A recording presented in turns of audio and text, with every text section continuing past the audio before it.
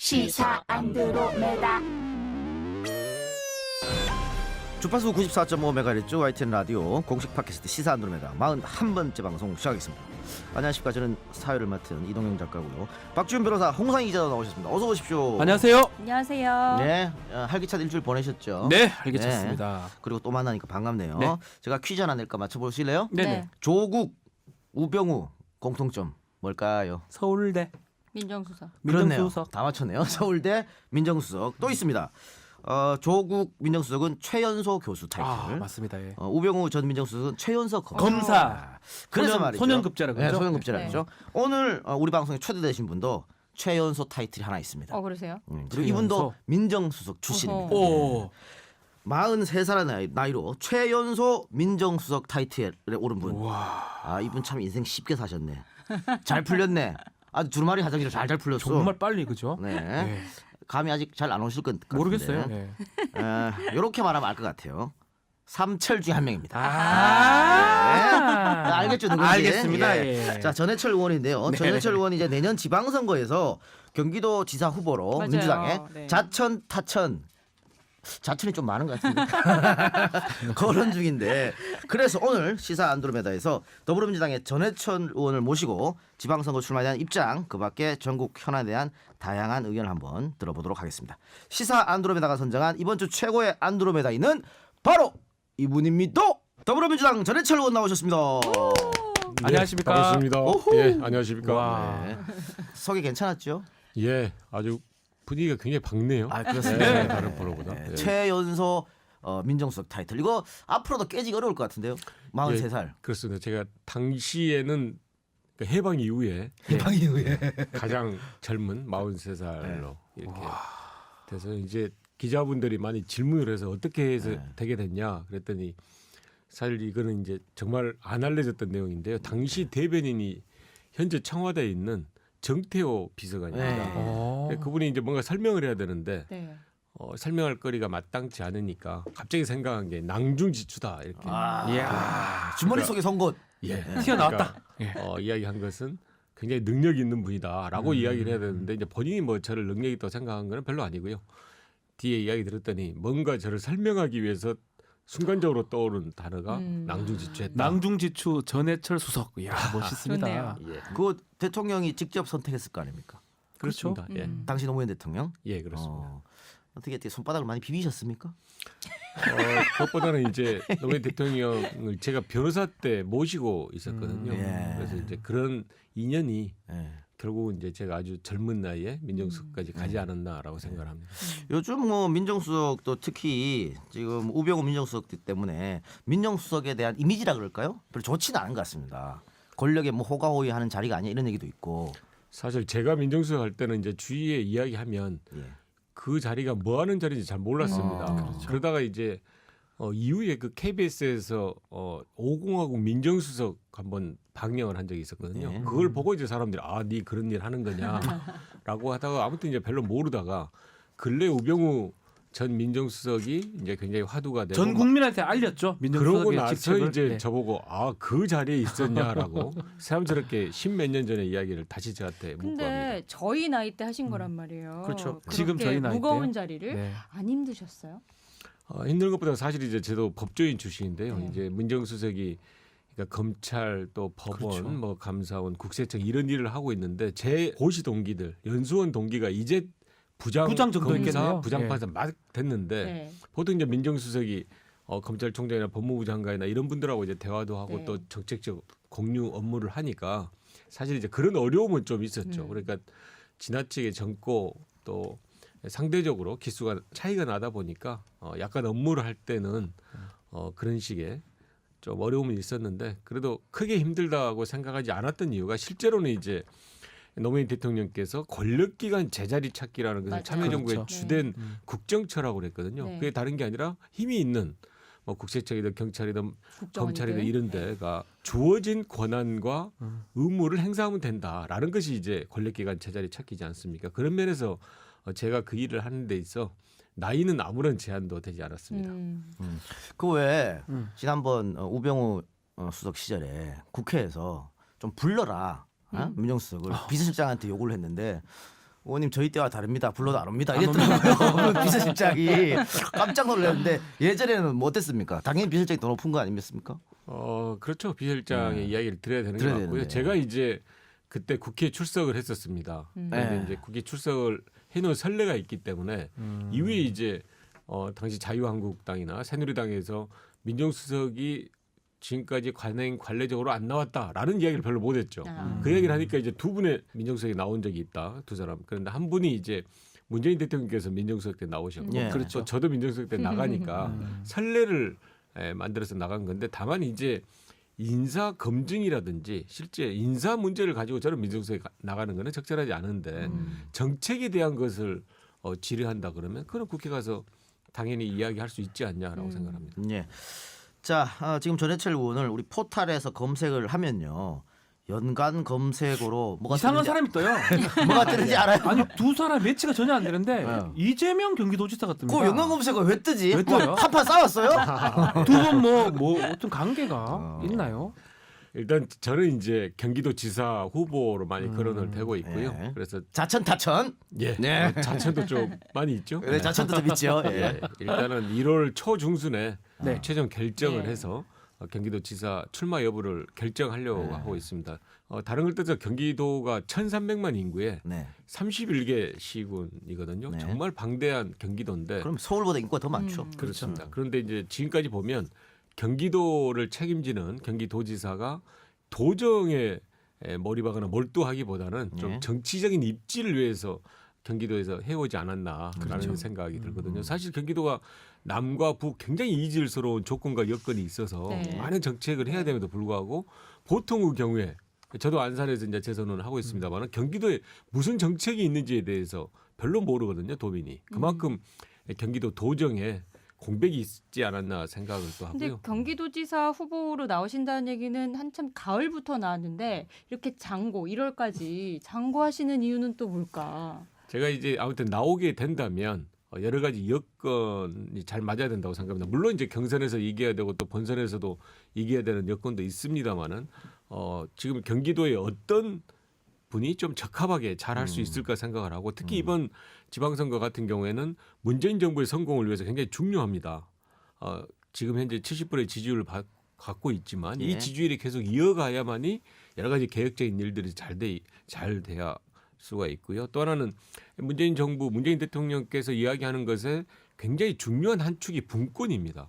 그런데 그 분권을 가장 큰 광역자치단체 선거에서 지고 실현한다는 것은 좀 맞지 않아서 그런 의미에서 굉장히 중요한 지방선거인데 예. 그렇다 그러면 적합한 후보가 필요하고요. 그렇죠. 그런데 지금까지는 사실 요즘 이제 좀 현실적으로 와닿습니다만은 지방선거에 대해서 일반인들이 현실감 있게 접근을 하지 않습니다. 그 관심도가 떨어지고 있어서 네.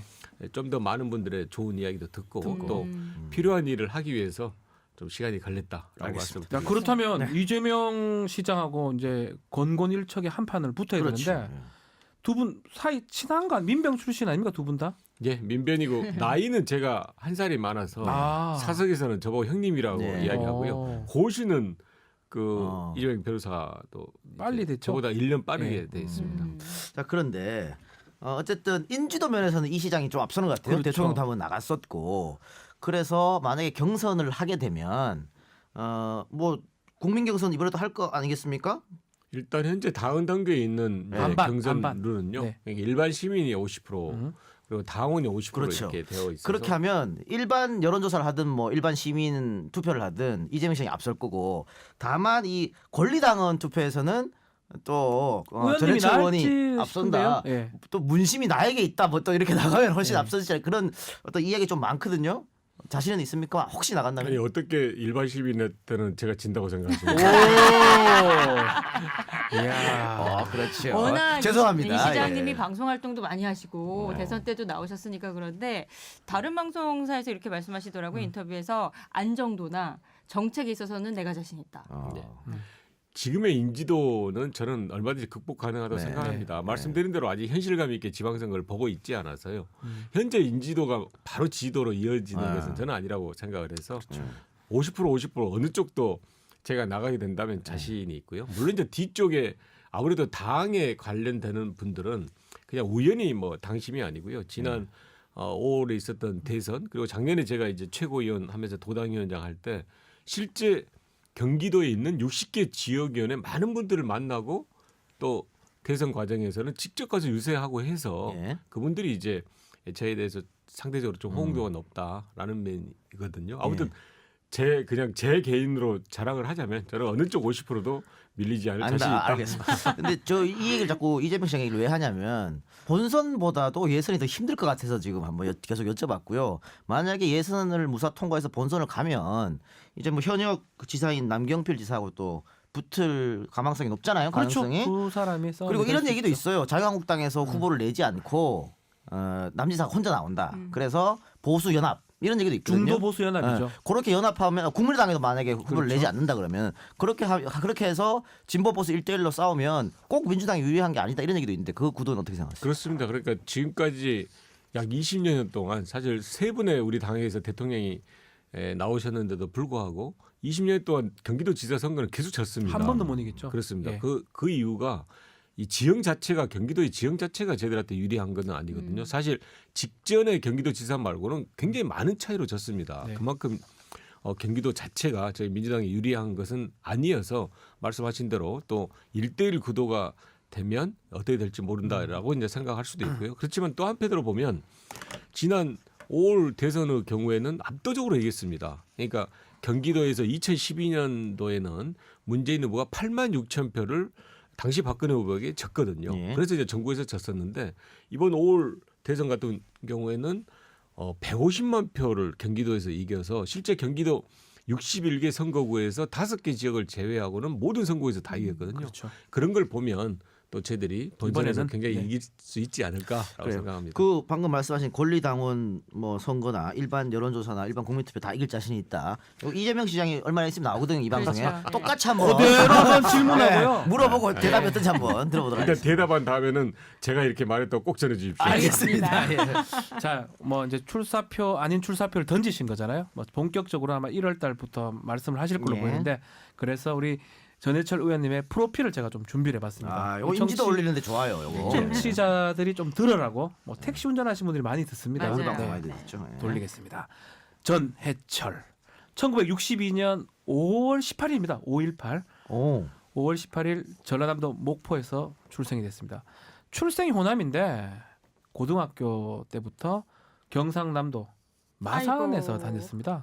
마산 중앙고 다닐 때 당시 학교에 호남 출신 학생이 단 2명이었어요. 전라도 말 쓴다고 니 와이카노 이러면서 놀렸고 지역 감정을 온몸으로 경험한 바가 있습니다. 고대법대를 졸업하고 1987년 만 25세 나이로 제29회 사법시험에 합격해서 아, 뭐든지 빠르시네요. 정말 빨라요. 어. 그냥 뭐 순식간입니다. 소년급제를 했죠. 사법연수원 19기고요.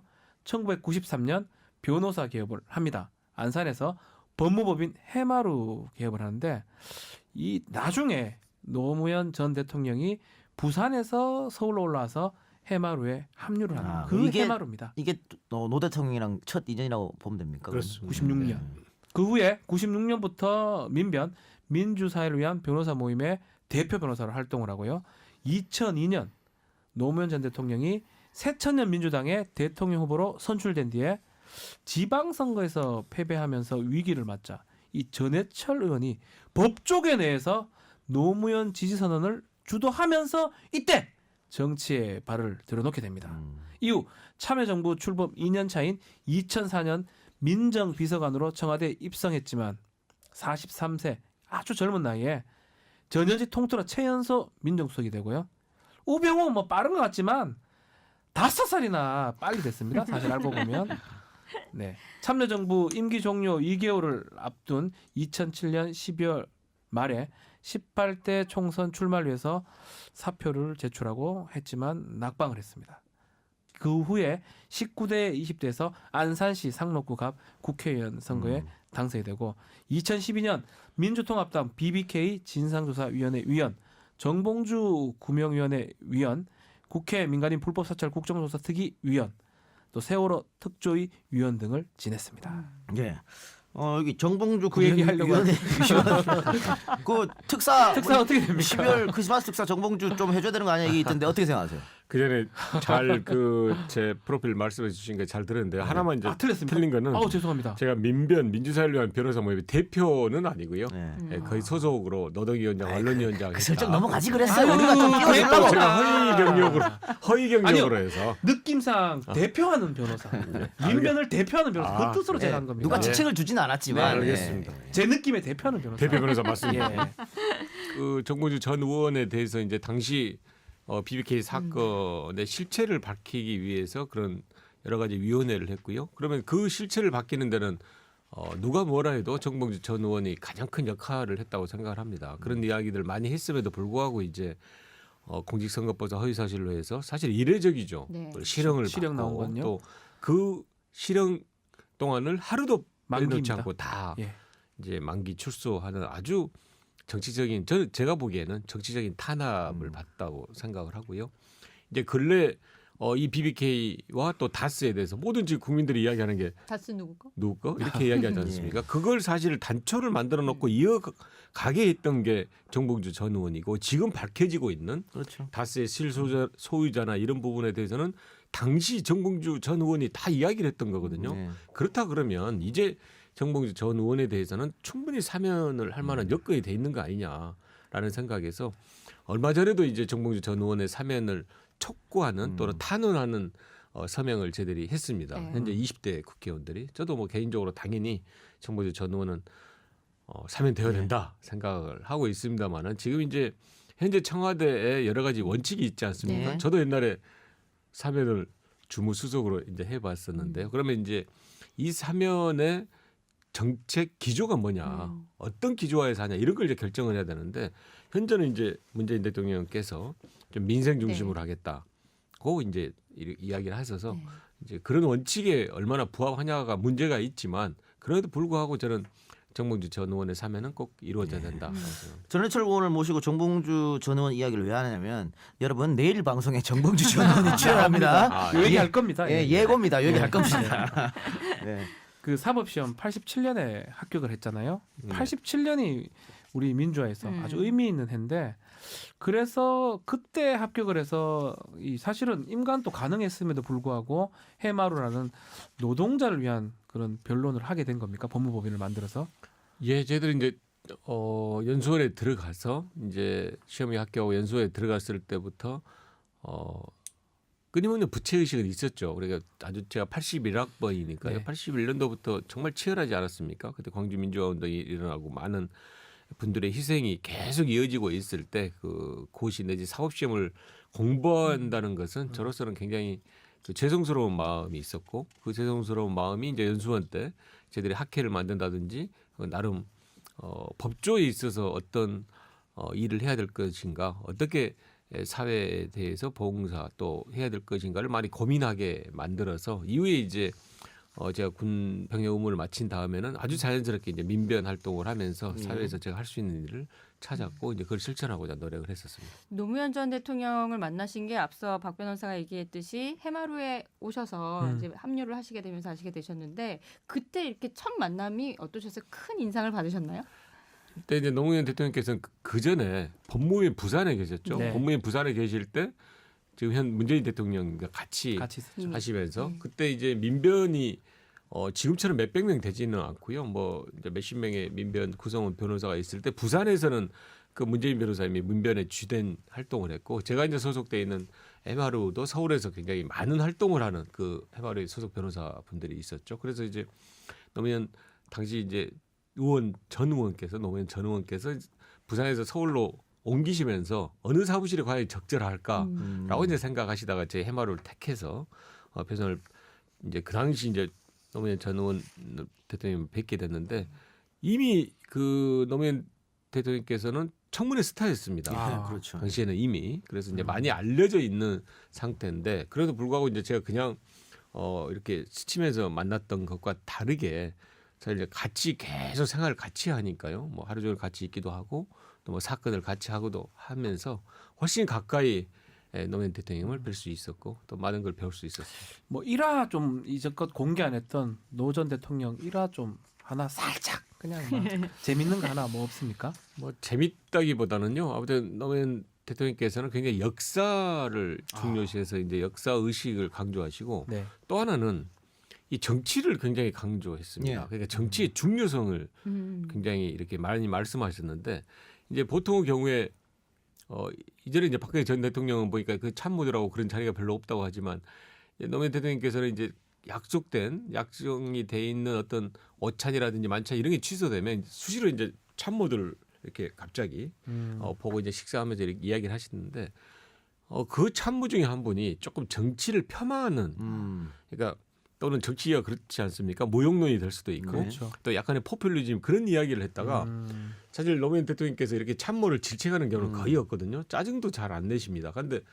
굉장히 정말 화를 내면서 아주 정색해가지고 그런 게 아니다. 정치라는 건 굉장히 소중하다. 그리고 국회를 존중해야 된다라는 것을 아주 정말 제가 당황할 정도로 이야기를 하셨어요. 그 참모분이 정말 아주 얼마나 당황했겠습니까? 네. 갑자기 아주 정색해서 이야기를 하는데 그만큼 정치를 굉장히 중요하게 생각하시고요. 특히 이제 국회를 존중한다든지 선출된 그 지위에 대해서 많은 의미 부여를 하시는 것이 아주 강조된 그런 모습이 있었고 실제 그런 게 일관돼 있었는데 이제 일반인 분이나 그런 걸 잘 모르시죠. 마치 굉장히 이제 당시 국회하고 이렇게 이야기하고 할 때는 마치 무시하는 듯한 그런 말씀을 저희도 하셨다고 그렇게 생각을 알고 하지만 있었습니다. 예. 실제로는 정치 영역을 아주 강조. 그러면 2008년 총선에 나가려고 그 청와대를 나왔잖아요 그때. 예. 당시 노무현 대통령이 어떻게 적극적으로 한번 해보라 그랬습니까? 아니면 말렸습니까? 당연히 이제 해보라 했고요. 그때 이제 해보라고. 제가 처음 나온 게 아니고 현재 인천에 있는 저하고 같이 이제 재선 의원이 박남춘 예. 의원님하고 또 한 분이 윤숙련 그러니까 제가 민정수석, 박남춘 인사수석 그리고 이제 그 홍보수석 윤석 세 사람이 나왔습니다. 그때 나와 이제 출마를 했는데 세 사람 동시에 나와서 이유는 2007년도쯤에 참여정부에 대해서 인기가 굉장히 떨어졌습니다. 그렇죠. 네. 지지율이 떨어지면서 특히 이제 밖에서는 뭐 참평 포럼이라 해가지고 참여정부를 다시 봐야 된다 이런 운동을 할 정도로 엄청난 공격을 받아서 저희들이 생각할 때는 참여정부를 제대로 평가받아야 된다. 그게 가장 컸습니다. 우리가 이렇게 이제 임기가 끝나가는데 그 평가를 국민들에게 직접 받자. 나아가서는 참여정부가 이야기했던 가치, 분권이라든지 민주주의, 평화라든지 이런 것들을 확실하게 실천을 하자. 그러려 그러면 입법권이 중요하다. 예. 국회 가서 그걸 실천하자라고 뜻은 아주 장대하게 세웠습니다만은 세 사람이 완전히 낙방을 해가지고 뜻만 세우고 그냥 아유 그때는 뭐 다 그 분위기상? 당시 한나라당이었었나요? 압승하는 분위기였죠. 그때는. 앞서겠죠. 그래서 제대한 80야당이 80석밖에 안 됐고 네. 또 그 두 분은 이제 뭐 공천도 안 되고 왜냐하면 보통 그 경우에 이제 청와대 참 수석이라 그러면 당에서 이러저러한 배려도 해줄 수 있는데 그런 거 없이 뭐 경선해라 그러니까 당연히 다 떨어져 버리고 해서 독수리 삼형제가 장렬하게 산화했었습니다. 우병우 민정수석 같은 경우에 지금 뭐 세 번째 구속영장이 청구할 것 같죠 검찰이 아마. 예. 청구하겠죠. 조사를 끝냈으니까. 그런데 보면은 지금 직권남용죄가 많이 있는 것 같아요. 뭐 징보 교육감들 약점을 열흘 알아봐라. 뭐 이렇게 국정원에 지시한 것 정황도 드러나는데 민정수석 출신으로서 이런 모습 보면 어떤 생각이 드십니까?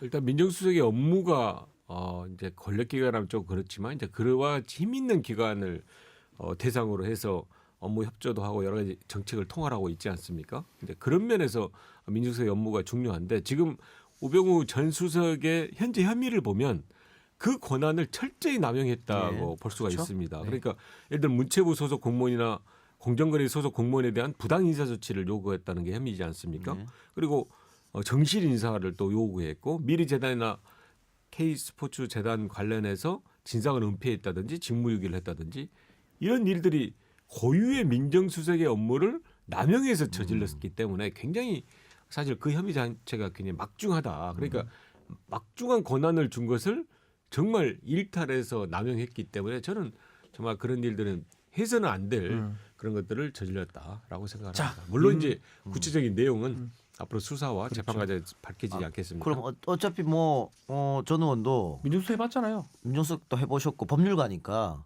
이번에 검찰이 세 번째 청구하면 발부가 되겠습니까?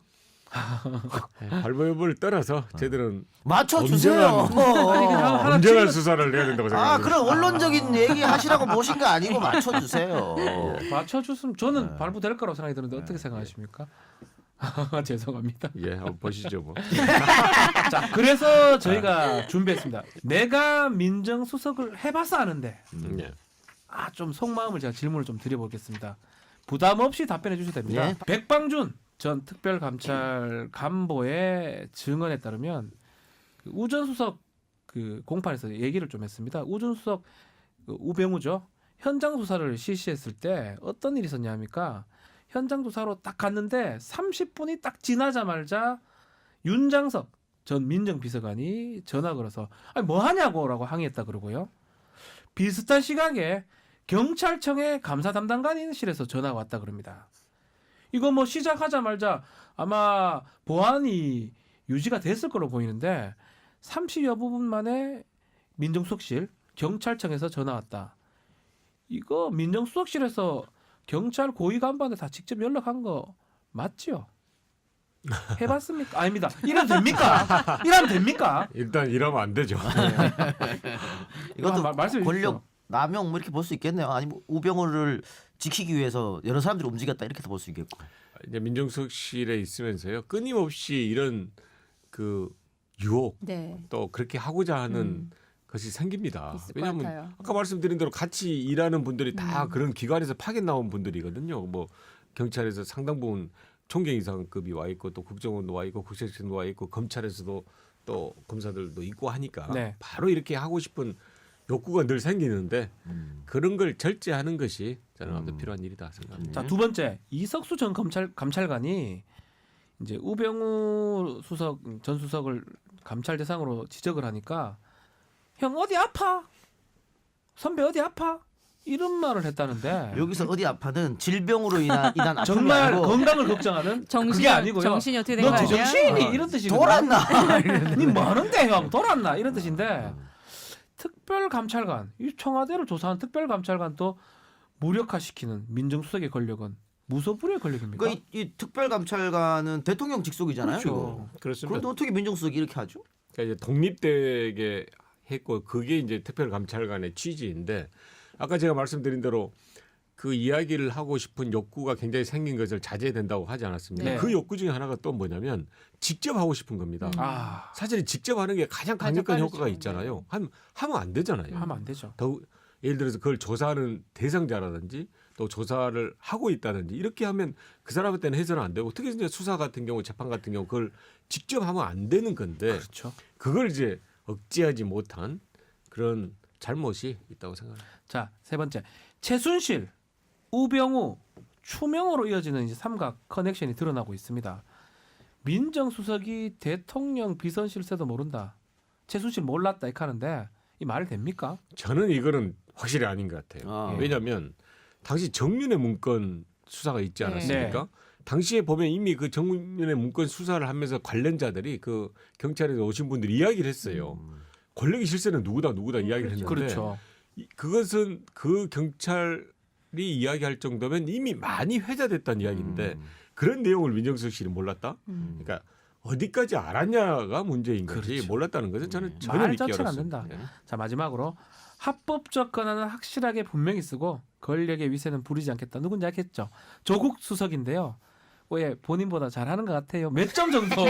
네, 저는 한 99점 주고 있습니다. 우와! 아니 그거 저래 의원님 할 때보다는 더 잘하는 것 같습니까? 제가 100점이니까요. 어떤 점수를 제일 많이 주고 싶으세요? 일단 이제 참여정부에서 이야기했던 권력기관 제자리 찾기가 네. 그러니까 절대 필요 없는 것들에 대해서 그 민정수석이 관여하거나 해서는 안 된다고 했는데 그런 부분을 조국 수석이 지키고 있는 거거든요. 사실 그걸 지키고 있는 게 쉽지 않은데 그런 것을 하고 있는 것은 저는 아주 훌륭하다라고 생각합니다. 자, 마지막 진짜 하나만 더 물어볼게요. 자, 역대 민정수석 외모 순위를 조금 제가 물어보겠습니다. 몇 명 정도 좀 할게요. 굵직굵직합니다. 지금 문재인 대통령 그리고 조국 수석 그리고 우리 전해철 의원님 우병우 순위 한번 매겨주십시오. 일단 조국 수석이 1등인 것 아, 같고요. 그래요? 네, 오. 1등인 것 같고 나머지 2등에 대해서는 치열한 다툼이 있는 것 같아요. 아니 대통령께서 훨씬 낫다고 보이지 않습니까? 그러세요? 처음 들었던 이야기입니다. 아, 그렇습니까? 네. 그래요. 아까 조국 99점 주고 본인을 100점 줬던 것도 뭐 때문인지 다 알겠는데. 예. 방금 전에도 그 노무현 전 대통령하고 인연을 이야기했습니다만 고 노무현 전 대통령이 좀 억울한 일을 많이 당했습니다. 특히 이명박 정권에서 수사받을 때 네. 논두렁이죠. 논두렁 시계. 논두렁 시계 때문에 또 그 보도 때문에 도덕성이 엄청난 큰 타격을 입었는데 KBS하고 SBS 두 차례에 걸쳐 보도가 됐죠.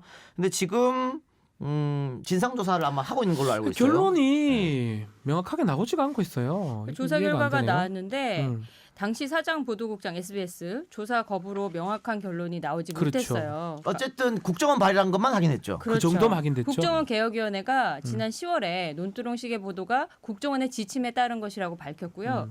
그 이후에 조사위에서 보면은 SBS 기자가 정보 보고라고 올리거든요. 저희가 취재를 하고 나면 네. 회사 내부 시스템에 거기에 이제 정보 보고를 올리면서 검찰에서 그런 얘기 들었다 하는 얘기가 나오거든요. 예. 그런데도 이게 국정원에서 개입을 했는지 여부는 밝히지 못했어요. 그 당시에 나온 얘기를 보면 노무현 2억 명품 시계 논두렁에 버렸다라는 정보 보고 내용이 있고 대검 중수부 관계자 면담 내용, 노무현 전 대통령의 피의자 진술 조서를 잠깐 봤는데 우병우 당시 중수일과장 검사가 노 전 대통령에게 명품 시계 받아서 어떻게 했나요? 라고 물었더니 제가 아니라 저희 집이 받았습니다. 라고 답변했다.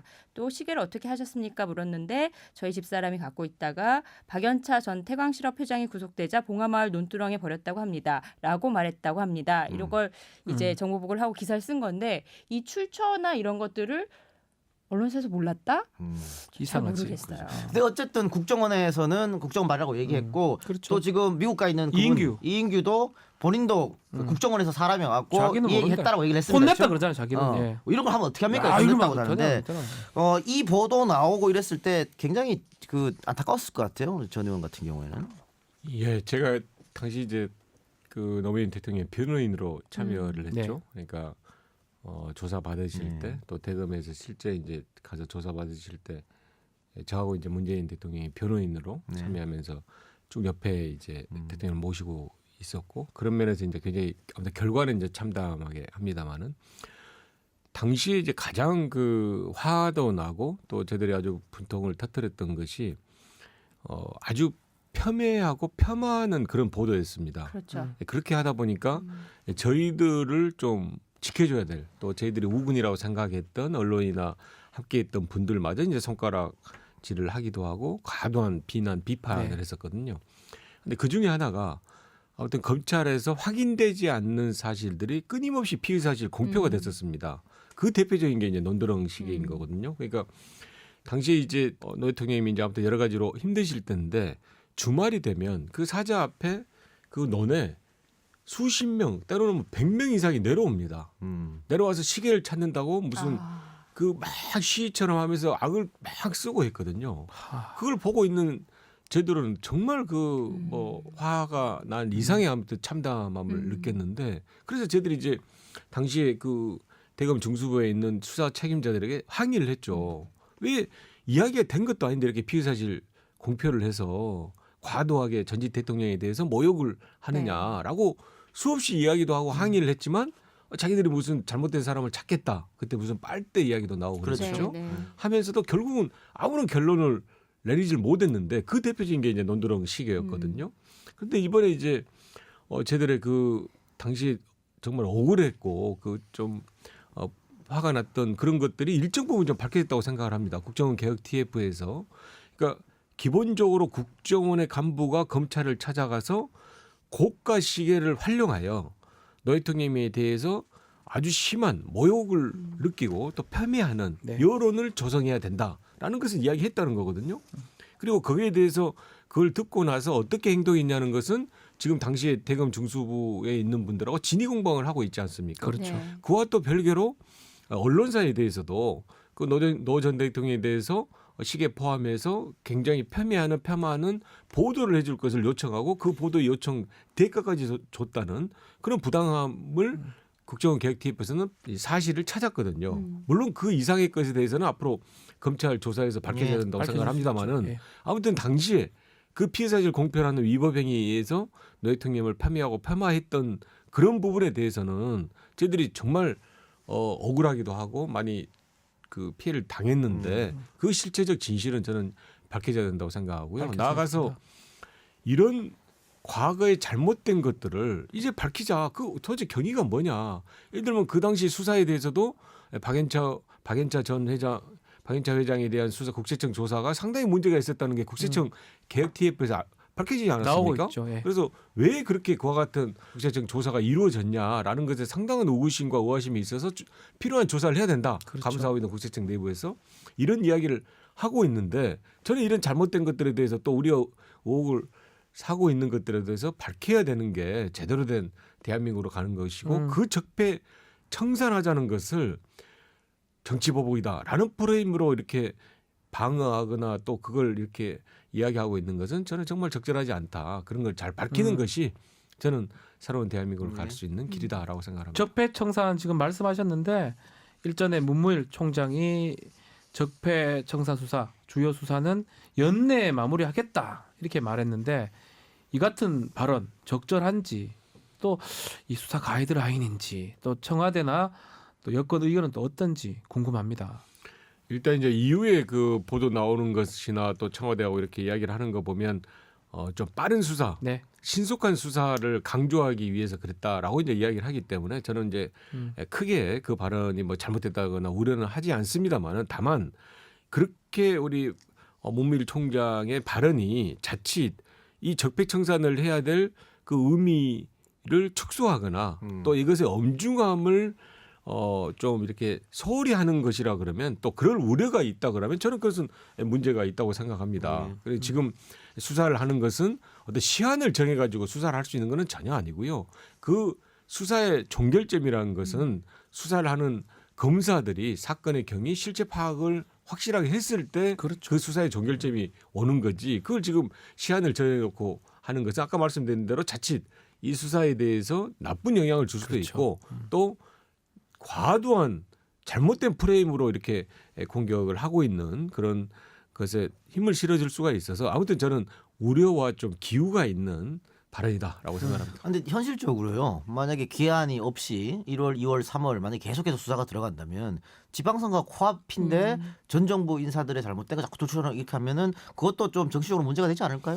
그렇지는 않고요. 예를 들어 국정개혁 TF에서 12가지의 과제를 설정을 했습니다. 그는 12월 말이면 다 끝납니다. 네. 그러니까 국정개혁 TF를 하는 이유는 일반인이나 누구나 접근하기 힘들지만 그 내부에서는 상당한 부분을 발견할 수가 있잖아요. 참여정부에서도 그래서 그 과거사 TF라는 것을 기관 내부에 했던 이유가 밖에서 해가지고는 그 안에서 있었던 일을 못하기 때문에 기관 내부 스스로가 자정도 하고 또 사실을 밝혀야 된다는 의미에서 이제 기관에서 만든 건데 이걸 계속 하는 게 아니라 일단 12월 말에 끝나니까 나왔던 사실에 대해서는 엄정하게 수사를 해야 되고 알겠습니다. 그런 것이 없는 상태에서 다시 들춘다면 그거는 또 새롭게 문제제기를 할 수가 있겠지만 그 TF의 활동의 일환으로 나온 것을 가지고 문제제기하는 것은 적절하지 않다고 생각합니다. 네, 그리고 최강욱 변호사는 우리 방송에 나와서 올해 안에 이명박 전 대통령이 포토라인에 서는 게 맞다 이렇게 얘기도 했습니다. 설 것 같다라고 또 얘기했지 않았나요? 예, 그러니까 12월 달, 안에. 뭐 1월 달 뭐 이런 얘기가 있습니다만은 어떻게 보십니까? 일단 특정인을 대상으로 아무튼 수사를 해서는 저는 뭐 안 된다고 네. 생각을 하고요. 그런 면에서 엄정한 수사가 필요한데 다만 이제 이명박 대통령에 대해서는 앞에 나왔던 BBK 주가 조작 사건에 어느 정도 관여가 있냐 없냐라는 것이 이제 지금 현안이 되고 있고요. 그렇죠. 얼마 전에 이제 영장실질 심사에서 석방이 됐습니다만은 김광진 전 장관의 수사 과정에서도 댓글 지시를 이명박 대통령이 했냐 안 했냐라는 게 굉장히 논란이 되지 않았습니까? 그렇습니다. 또 지방자치단체장들에 대한 여러 가지 사찰 내지 음해 그런 것도 역할이 있었다라는 것들이 쭉쭉 나와 있으니까 특정된 이명박 대통령 개인을 말하는 것이 아니라 이와 같이 혐의 여부가 문제가 되고 있고 상당한 의혹이 있는 부분에 대해서는 엄정한 수사로 밝혀져야 된다라고 생각합니다. 뭐 계속 삼철 얘기가 나오고 있는데 아, 지겨워 삼철. 예. 뭐 다른 인터뷰에서 다 처한 상황이 다른데 계속 이렇게 세트로 뭐 묶여가지고. 예, 이호철 전 민정수석, 양정철 전 홍보기획 비서관 같이 이렇게 묶여가지고 나오는 거에 대해서 좀 불만도 있으실 친합니까 것 같아요. 진짜로? 친하세요? 먼저 이야기하면요. 예. 이제 왜 제가 이제 삼철 그런 프레임을 이야기했냐면 사실 저는 2008년에 이제 출마를 해서 이렇게 한 10여 년 이렇게도 하고 또 재선을 하고 있습니다만은 프레임에 굉장히 저는 피해자입니다. 네. 그러니까 이제 친노 이런 부분에 대해서 정말 많은 공격을 받았거든요. 친노 그래서 패권주의. 예. 예. 그러니까 앞에 나가면 패권이라 하고요. 네. 약간 또 패권이라 하도 그러니까 약간 뒤에 있으면 네. 비선 실세라고 하니까 앞으로도 못 가고 뒤로도 못 가고. 그러니까 제가 사실 당직을 작년에 선출직 최고위원 도당위원장을 했는데요. 경기도당 위원장. 예. 예. 그러니까 도당위원장 겸 최고위원을 예. 했는데 그 전에 당직 하나도 못 맡았습니다. 비선 실세니까. 그게 아니고 제가 생각할 때 제 쪽이 잡으면 그래도 좀 뒤로 있어라. 아, 예, 예. 저쪽에서 잡으면 또 배제하고 제 당직을 거의 못 받았거든요. 그러니까 정말 이런 그 프레임에 대해서 네. 저는 아무튼 절대 맞지 않다. 그럼 프레임 그렇게 맞지 않는 프레임으로 얼감매는 거는 맞지 옳지 않다고 않다. 이야기를 한 거고 예. 아까 말씀하신 대로 이호철 전 이제 수석 같은 경우는 정말 제가 좋아하는 분입니다. 아주 훌륭하신 분이라고 생각하고 또 양경철 전 비서관 역시 저하고 아주 친한 후배고 실제 아주 친합니다, 세 사람이. 네.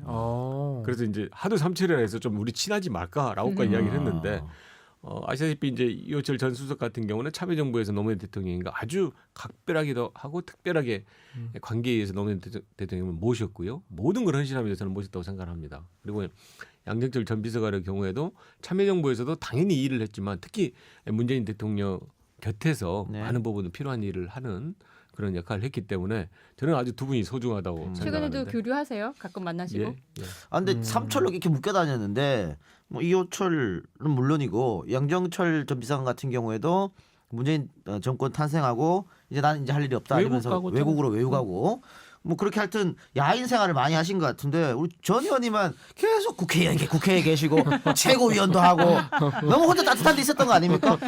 최고위원은 작년에 했으니까 이제 사실은 이제 조금은요. 그러니까 같이 공감대를 이룰 수 있었던 것은 이제 지난 5월에 저희들이 조기 대선으로 해서 문재인 대통령께서 당선된 이후로 네. 흔히 말하는 이제 측근들이 조금 물러나 주고 있는 것이 네. 그러니까 대통령님이 국정을 가기도 좋고 실제로 또 언론을 막지 않는 부분도 있습니다. 저희들이 이제 워낙 오랜 기간을 문재인 대통령 곁에 이렇게 있고 했으니까 자칫하면 이제 저희들로 인해서 다른 사람들이 일을 할 수 있는 것에 소통을 막을 수도 있는 여지가 있는 거거든요. 그런 면에서 이제 저희들이 좀 일선에 있지 말고 이런 것들은 아무튼 직접이든 간접이든 이제 서로 간에 양해가 됐고요. 그런 데서 세 명이 손을 잡고 이렇게 하자 그런 건 아니고 네. 이렇게 직접 감정 이야기하면서 예. 이번에 직접적으로 어떤 역할을 맡은 건 적절하지 않냐 했는데 당연히 이제 제가 남은 두 철에게 조금 미안한 미안한 것은 겁니까? 저는 이제 현역 국회의원이기 때문에 예. 같이 그래 우리 좀 물러나지 해놓고 저는 국회의원 하고 있으니까 그뭐그 시민들이 선택해 준 거니까. 그렇죠. 저 그러면 그 삼철에 대해서 한 가지만 더요. 소문과 진상 여쭤봐도 되죠? 예. 그 양정철 비서관 같은 경우에 이제 스스로 아름답게 퇴장한 거 그렇다고 아니겠습니까? 보면 되죠. 네. 그런데 일각의 소문에 의하면 아름답게 퇴장이 아니고 대통령이 이렇게 조금 안 챙겨줬다. 이런 이야기 있습니다. 그럼 마찬가지로 전해철 의원 같은 경우에도 문 대통령이랑 좀 멀지 않느냐, 과거하고 좀 다르다, 삐걱거린다 이런 소문 있어요. 어떻게 했죠? 그 문재인 대통령께서 제가 이제 전임 민정수석이셨잖아요. 그러고 이제 제가 민정비서는 모셨고 또 청와대 참여정부 때요. 나가 밖에 참여정부 때 이제 청와대를 그만두시고 나오셨다가 다시 이제 비서실장 돼서는 또 제가 민정수석을 모셨고요. 2012년에 이제 대통령 선거 하실 때 제가 그때 옆에 잘 모시다가 또 갑자기 삼철 이야기에서 기억나실지 모르지만 예. 구인 보직을 물러나라 그래가지고 제가 이제 물러나서 했고 그러다 2012년에 이제 그 낙선하신 이후에 당에 와서 이렇게 활동하실 때 이제 대표 선거나 이런 것을 이제 같이 이렇게 모시면서 쭉 했습니다. 제가 이제 이 말씀 드린 게 제가 사실 굉장히 길게 문재인 대통령 곁에 이렇게 있었는데요. 제가 모시고 있었지만요. 문재인 대통령께서는 정상적인 절차를 굉장히 중요하게 생각합니다. 그러니까 예를 들면 대표가 되셔서 사무총장을 누구로 임명할지에 대해서는 뭐 제대로 의논할 수 있을지 몰라도 일단 사무총장을 임명한 다음에는 철저하게 사무총장하고 이야기를 하십니다. 지금 청와대에서도 비서실장 쭉 하면서 수석들이 분들이 있으면 일단은 그게 다 세팅이 돼서 그분들이 일을 할 때는 철저하게 그분들과 같이 일을 하지 나머지 어떤 절차적인 것을 끼고 하는 것에는 별로 비선 싫어한다 이 말씀이죠. 그렇습니다. 원칙주의자? 원칙이 원칙으로 있어서 한다. 제가 이제 아까 좀 길게 옛날 그 참여정부 때부터 쭉 또 당대표 시절에 이야기를 했던 이유가 제가 10수에서 쭉 대통령 뵀잖아요. 네. 뵀을 때 그런 모습이기 때문에 저희들이 뭐 멀리 가고 가까이 간 게 아니고요. 대통령이 늘 있는 절차와 과정 그리고 필요한 과정에 있는 분들과 정상적인 그 절차를 따라하는 것 거기에는 엄청난 원칙을 보이시기 때문에 예. 당연히 현재는 그런 분들이 문재인 대통령을 보필하고 함께 일을 하고 그럼 있습니다. 헛소문이라고 일축하고요. 제가 네. 드린 질문은 그 이호철 비서관 같은 경우에 부산시장 나온다니까 계속 나오던데요. 그렇죠. 사실 이제 저희들이 지방선거 선거의 승리가 중요하다 이렇게 이제 말씀을 드리지 않았습니까? 그러면 그 선거 승리에 또 그렇죠. 의미를 부여하자면 물론 가장 큰 그 서울과 경기에서도 선거 승리를 해야 되고 또 호남에서도 이겨야 되지만 부산, 울산, 경남에서 이긴 것도 굉장히 그렇습니다. 의미가 있습니다. 그렇죠. 그건 지방선거에서 그런 면에서 이제 부산 선거가 중요한데 부산 선거에서 이제 이 후보 저 후보 물론 훌륭한 분들은 많이 있지만 하다 보니까 또 이호철 전 수석의 경우에 후보로서 경쟁력이 있고 합당하지 않냐 그리고 본인이 해왔던 굉장한 장점 그러니까 늘 이렇게 명예나 또 이 조금의 기득권을 과감히 포기하는 그런 장점들이 시민분들에게는 좋게 보이는 면이 있어서 아마 이제 여러 권유가 있어서 제가 알기로는 이호철 전 수석의 경우에도 고민을 하고 있는 것으로 알고 있습니다. 아니, 문재인 정부 청와대 참모들 지금 차출하자고 이 작가가 잘 말을 좀 많이 하고 있어요 지금. 이런 얘기는 좀 어떻게 생각하십니까? 제가 이제 그러면 제가 이동 작가분하고 네. 굉장히 코드가 맞는 건데요. 아, 저는 차출하자고 하지 않고 얼마 전에 이제 다른 데서 문재인 다음 지방선거 굉장히 중요하기 때문에 그렇죠. 그 지방선거에 참여하거나 또는 해야 될 일을 있는 분들은 누구도 피하지 말고 해야 된다. 아, 그렇게 제가 뭐. 이야기를 했거든요. 확실하네요. 그리고 굉장히 네. 저하고 이제 아, 생각이 여기 역시 학원이와 나온 너무 잘 맞는 것 같아요. 그거는 의원님 이제- 저 의원 그만하고 저랑 방송합시다. 그럼 저한테 아까 말씀하셨던 광고 몇 개만 주시면 최근 한병도 정무수석께서 이제 스스로 가치적 친노 말씀하시기도 했는데 전 의원님 예전에 페이스북을 보면 지금도 그런지 모르겠지만 그 대문이라고 해야 되나요? 원칙과 상식이 통하는 세상. 전해철이 만듭니다. 노무현 전 대통령께서 똑같죠? 말씀하셨던 그 가치이고 방식이. 또 최근에 페이스북에서 야당 의원들의 공격에 대해서 정치적 왜곡과 막말이 금도를 넘어섰다. 노무현 전 대통령의 서거를 그렇게 이용하지 말라 이렇게 일침을 놓기도 하셨어요. 스스로 평가하시기에 어떤 친노다라고 말씀하실 수 있을까요?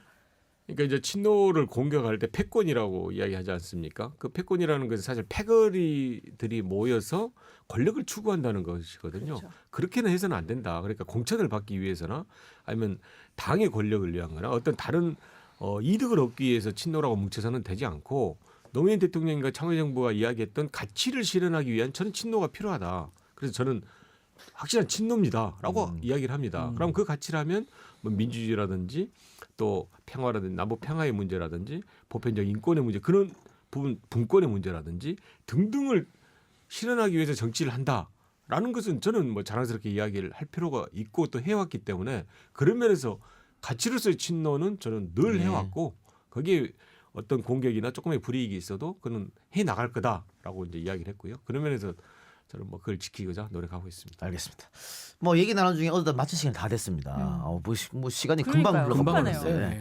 앞으로 우리 전 의원님 어떤 정치를 또 유권자들에게 어떤 정치인으로 기억되고 싶은지 한 말씀 해주시기 바랍니다. 일단은 이제 사람 사는 세상, 그러니까 원칙과 상식이 통하는 사회를 만들 수 있는 그런 목표와 가치를 가지고 이제 정치를 하고 싶고요. 실제 정치는 구체적인 방식의 생활 정치를 해야 된다고 생각합니다. 그러니까 훨씬 더 시민분들이나 주민분들하고 가까이 가서 그 안에서 필요한 여러 가지 그 정책이 되든 또는 정치적인 지향점이 되든 그걸 찾을 수 있는 생활 정치가 중심이 돼야 된다고 생각하고요. 또 하나는 이제 근래 생각이 더 강조됩니다만은 우리 사회도 그렇지만 특히 정치의 영역에 있어서 지나치게 심화되어 있는 갈등을 풀 수 있는 역할을 할 수 있다면 저는 제가 정치하는 목적에 조그마한 것이라도 달성될 수 있지 않을까라고 생각합니다. 예, 오늘 인터뷰 고맙고요. 다음에 경기도지사 후보로 혹시 정식 출마 선언할 때 아니 출마 선언할 때는 뭐 됐고요. 네. 전 뽑힌다면 진짜로 다시 경선 한번 통과하시면 네. 당선 되시면 다시 한번 저희 방송에 경선 통과하면 되는 거나 마찬가지잖아. 라고 말하고 또 모르죠. 아, 모르겠다. 까봐야 아는 네. 거죠. 예. 와주시기 바라고요. 우리 방송 이제 마지막 엔딩곡으로 항상 초대 손님한테 선정 권한을 드리는데 오늘 어떤 곡을 준비했습니까? 예, 어느로 안 왔습니다만은 이제 어제 그제 왔는데요. 네. 눈이 내리네를 샹송으로. 샹송. 예, 제가 고등학교 때 불어를 아. 공부했었거든요. 또 하나 제가 사법 시험 칠 때 제 야. 외국어 시험을 불어로 쳤습니다. 거의 없는데요. 그래서 불어로 친 사람들. 다시 말하면 영어 실력이 좀 떨어진다. 그래 보지 마시고 불어를 쳤는데 그 아다모가 부른 그 눈이 내리네 예. 덤베라네제 그걸 제가 신청곡을 했습니다. 돈 벌었는 중 이거죠. 제가 보면 더 잘한 것 같은데. 그래요.